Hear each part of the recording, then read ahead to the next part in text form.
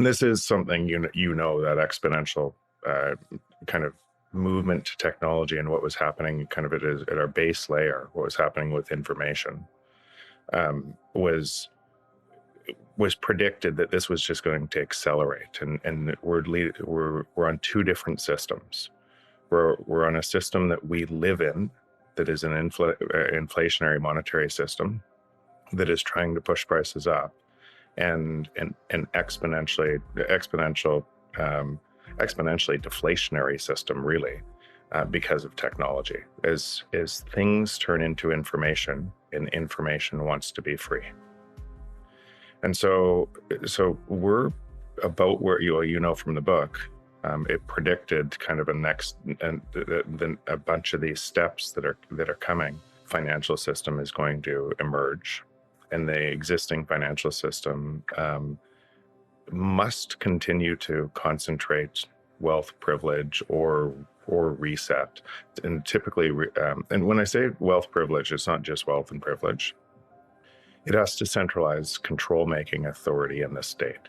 Rational actors, we vote with our time, and we vote with our money, and we vote to get more for less with our money constantly, right? And you'd think just in a natural world, voting more for less on a free market requires deflation, because the only reason a company could be successful is if they give you more for less. Otherwise, those companies fail. If they try to give you the opposite, they fail, right? So, but in a free market, giving more for less is deflationary. The reason we didn't see it as much before is it wasn't technology empowered. So now, when you're giving more for less in a technology company, you're giving a lot more for less. And then we vote to use Google. We vote to use Facebook. We vote to use Amazon. We're voting with our time to be able to use these. And a lot of the things that we're voting with don't cost anything at all today, whereas they used to cost a lot of money. So let's use photography, right?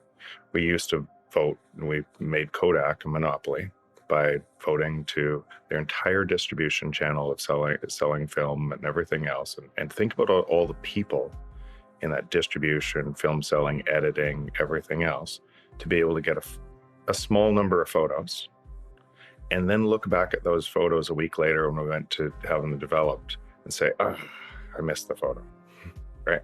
And think about that in our time. Whereas today we have unlimited photos, and they're essentially free. And so where does those unlimited photos show up in a GDP measure? It's negative GDP as things turn into information, and information becomes free.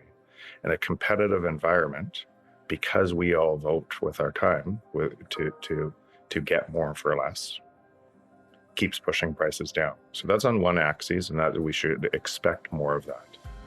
Well, if we should expect more of that, and we're all rational actors voting with our time, how can we believe that the world is aligned to that incentive structure, yet the incentive structure needs to be based on inflation, getting less for more?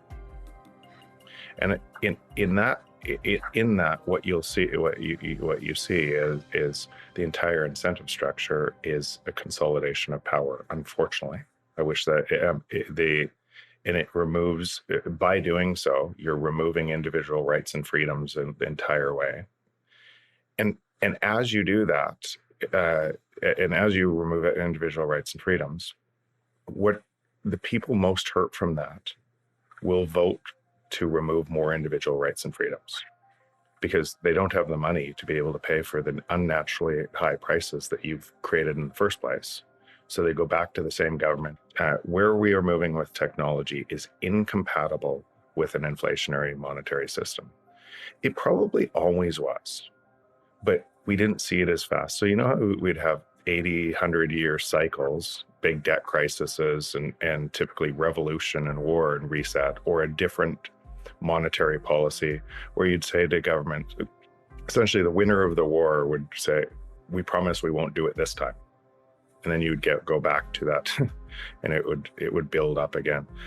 What's happening today is that's just being supercharged with technology, because as you try to raise prices, As you try to raise prices against the natural forces, what do you think rational actors would do? Like, I own a whole bunch of businesses, in technology businesses.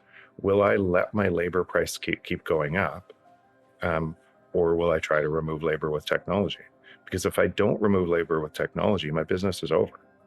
So as you're pushing unnaturally against the market, you can expect more automation. And remember, these are polar opposite forces. And again, rational actors. With almost unlimited capital available at almost no cost. If you try and raise the wage input, everybody's incentivized to disrupt those wages by putting technology in. Exactly. And so this is a system problem. It's not a people problem. And a system problem can't be solved by the system that created the problem.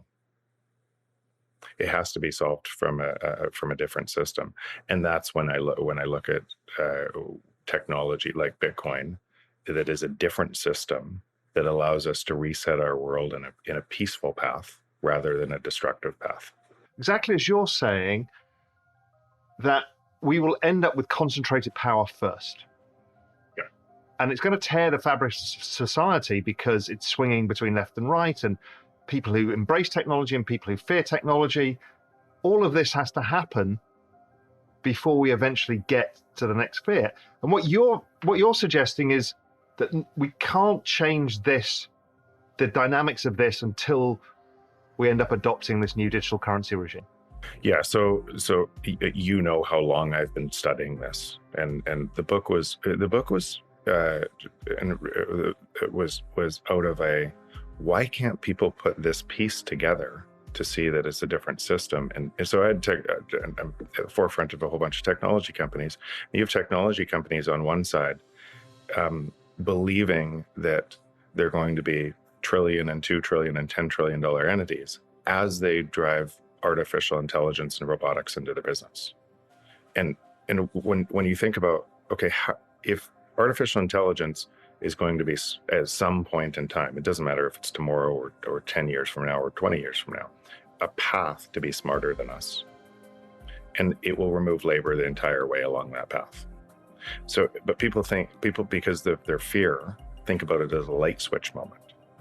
We either, and you can see this in investing all the time. They dismiss what's happening, the trend, because they think about it as a light switch moment. Well, that light switch. So when you do this, you're just concentrating more and more power into the monopolies that have that. And then a whole bunch of people think that it's the monopoly. They created the problem. The monopoly is just a rational actor doing what they need to survive in a business, because if they don't do it, another company will do it. And so you have more regulation. Yeah, these are not state-granted monopolies. These are free market monopolies. Well, it's interesting. They're kind of free market. They're state-granted monopolies because if you essentially manipulate the base layer of currency, you manipulate every other economic calculation as a result.